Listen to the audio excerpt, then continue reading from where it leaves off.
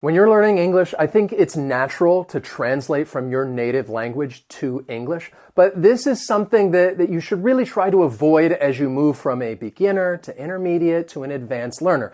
And really, it just comes down to developing positive learning habits. So I want to talk to you about 5 things that I want you to start doing today so that you can stop translating and start thinking in English. The first thing that I want you to do is to create an English bubble. After that, I want you to keep your learning routines in English. And then we're going to change the way that you learn new vocabulary. We're also going to start automating some of your responses, and then we're going to turn thinking into active learning.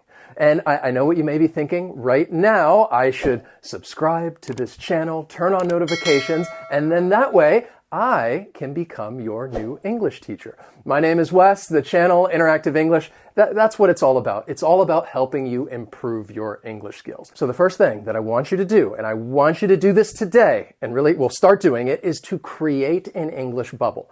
And what I'm talking about is just surrounding yourself with the English language and getting as much exposure as you possibly can. So take a moment right now and think about, well, how much exposure do you normally get to the English language each day? And whatever you come up with, I want you to try to double that and make that bubble even stronger, because when you do this, it's like you're building the foundation. You're creating an atmosphere that's going to allow you to translate less and start thinking more. So this is why many people think, well, I need to go live in an English-speaking country, and that's going to help me learn the language faster, and it's going to be easier as well, because they think, well, I'm going to be surrounded by the language. Thankfully, today, it's not necessary. Because of technology, because of computers, we can surround ourselves with any language, no matter where we are in the world. And I think it's especially easy with English. So in general, what am I talking about? I'm talking about getting more daily practice with the primary language skills. More reading, speaking, listening, writing. To be specific, what are some things that you can do that maybe you're not doing them right now? When you wake up in the morning, instead of waking up to an annoying alarm sound, wake up listening to music in English. Before you go to bed at night, if you're like me, I tend to look at my phone and I may read an article online. You can read an article in English. You're watching YouTube videos. If you turn on those subtitles, turn them on in English. If you're taking a class online, the whole lesson should be in English. And again, you do not have to go to an English-speaking country for this to happen. You can do this no matter where you are in the world. Before we continue, I'd like to take a moment to thank the sponsor of today's lesson, which is Lingoda.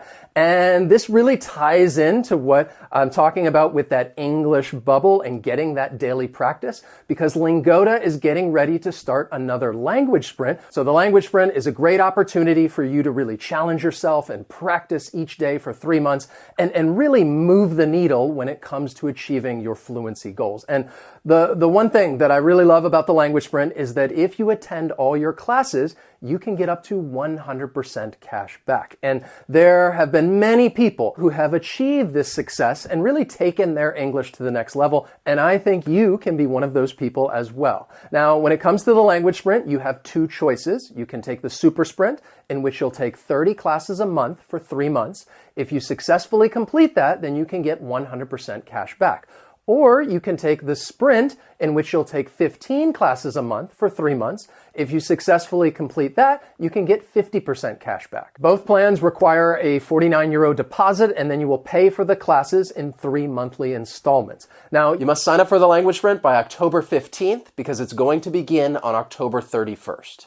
I can honestly tell you Lingoda is a great place for learning a language. I have even studied with them. You can see me there taking a lesson in Spanish. And I had a great experience because, well, these are small group classes. They have professional teachers. They have flexible learning hours and an interactive curriculum. So if you are motivated and you're ready to surround yourself with English as well as become the next language sprint champion, then click on the link in the description. And when you sign up, you can use the voucher code CHAMP7 to get a €20 discount. So click on that link down in the description if you would like to join the language sprint or learn more about it. Always be sure to read those terms and conditions. Don't forget to use that voucher code CHAMP7 to get your €20 discount, and then really just surround yourself with English, which is going to help you reach your fluency goals. Now let's get back to the lesson to help you stop translating and start thinking in English. And I want to talk to you about a few more things that I want you to do today. And the next thing that I want you to do is to keep your learning routines in English. I understand if you're a beginner that it's normal to learn English using your native language. It maybe builds a little more confidence. It helps you more easily comprehend what you're learning. But as you become intermediate, advanced, and you try to work your way toward fluency, your learning should be entirely in English. Because, when you're learning, it's natural for your brain to switch back and forth between English and your native language. The goal is for this to happen less often. And when you keep your learning routines in English, that's the result. So once again, it comes back to developing those positive learning habits. If you're learning grammar rules, then you should learn those rules in English. If you are taking an online class, the entire lesson should be in English. And then there's one thing that I definitely want you to do starting today from now on. When you look up a new word or phrase, new vocabulary, I want you to use an English dictionary. There are many online dictionaries that when you look up the meaning, it uses simple, easy words. They make it very easy for you to understand. I like to use Cambridge. You could also read example sentences so that you can better understand the context in which these words are used. You can also see if there are other words in the word family. How is the word used as an adjective, as a noun? So that's something that I definitely want you to do if you're not doing it already. When you learn new vocabulary, look up the meaning using an English dictionary. Now, speaking of vocabulary, that is an excellent segue into the next thing that I want you to do, which is we are going to change the way you are learning new vocabulary. And again, we're going to keep building those positive learning habits. And I want you to just put away your translator. If you have a translator, just put it away. You do not need it in order to express yourself. I know as a beginner, it's a quick and easy solution, but the goal is not to stay at the level of a beginner. You want to improve. And when you're constantly translating, it's really going to delay your learning. It's not as meaningful and you're likely to forget. So as I mentioned, I want you to start looking up new words using an English dictionary. And as you learn the meaning of these new words and you feel comfortable that you understand maybe how the word is used, I then want you to make a word association, because that way it becomes more meaningful and you're more likely to remember the meaning as well as put that word up here in your active memory. So when you make a word association, you're taking a word and you are connecting it with a person or thing. It's like you're able to then put a picture in your mind. And there have been many studies about how useful word association is when it comes to language acquisition. And this is really how we acquire our native language. We learn a new word, and then we put that picture in our mind. So if I say blue bear, all right, you can probably put a picture in your mind. Maybe it looks something like this. This is one of my daughter's favorite toys. But I think one of the challenges is with more advanced vocabulary that might be a little more abstract, and there's not just a clear picture that you can think of. But still, in that case, you can associate it perhaps with a person. So if you learn an adjective like frugal, it means somebody who does not like to spend a lot of money. They're very careful with their money. Well, I am frugal. You can think of me.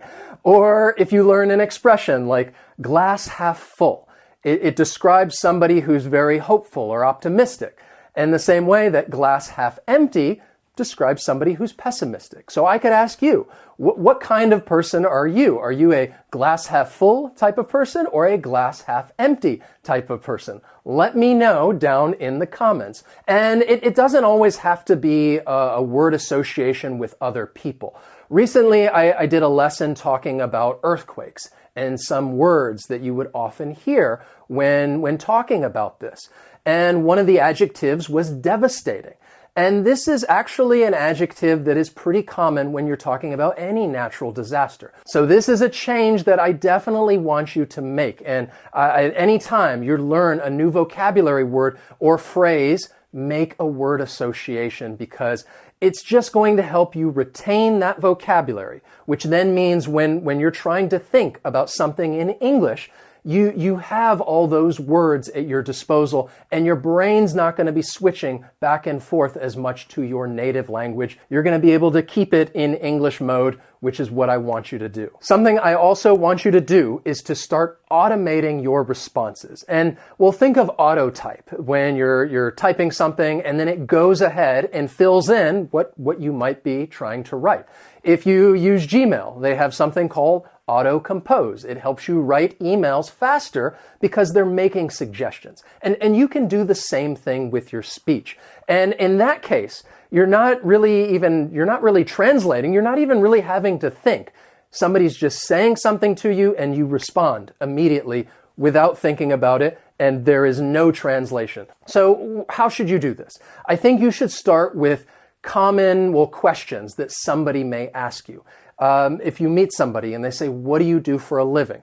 You should be able to give a response quickly, easily, naturally, and talk about this because you've done it several times before. So this is a great example of a question somebody could ask you, and then you give that auto response. You could also use partial auto responses. So a question like, "Where are you going?" You could say, "I'm gonna go," and then fill in the rest. And you're using that reduction, gonna, I'm gonna go shopping, I'm gonna go to the bakery, I'm gonna go to the park. And then you can fill in the rest with, whatever is happening at that moment, wherever you may be going. So this is useful when you're having a conversation and you can just respond immediately. You're not having to translate. You really don't even need to think that much. And you give a quick response. There are no awkward pauses, which is how a conversation should be. Now, I know I said there's not much thinking with these automated responses. So let's talk about thinking right now. And one thing that I want you to do is I want you to turn thinking into active learning. And when I say active learning, it just means that you're required to do something. So in this case, you're required to think. I want you to make yourself think in English. So if you have like 5 or 10 minutes during the day, maybe when you're not doing much, you're brushing your teeth, you're making dinner, you're riding the bus to work, I want you to take some of that time and say, all right, I'm going to make myself think in English. Whatever you see, however you feel, you're going to be thinking about it in English, and see how long you can do that before your brain switches back over to your native language. This is something that I want you to do, and I want you to do it for homework. That's right, I'm going to give you some homework in this lesson. Today, I want you to take 10 minutes and just think in English and tell yourself, okay, for the next 10 minutes, I'm just going to think entirely in English, and I want you to let me know how it goes down in the comments. Were you able to do this for a few minutes or 10 minutes or even longer before your brain switched back to your native language? The longer you can do this, then I think that is an excellent sign. So starting today, I want you to do those 5 things that we talked about in this lesson. You're going to create an English bubble. You're going to keep your learning routines in English. You're going to change the way you learn new vocabulary. You're going to start automating some of those responses, and you're going to turn thinking into active learning. And when you do this, tomorrow, the next week, the next month, the next year, you will be translating less and you'll be thinking more in English, which is the ultimate goal. I hope you enjoyed the lesson. If you did, please hit that like button. As always, thank you so much for watching, and I will see you next time. So long.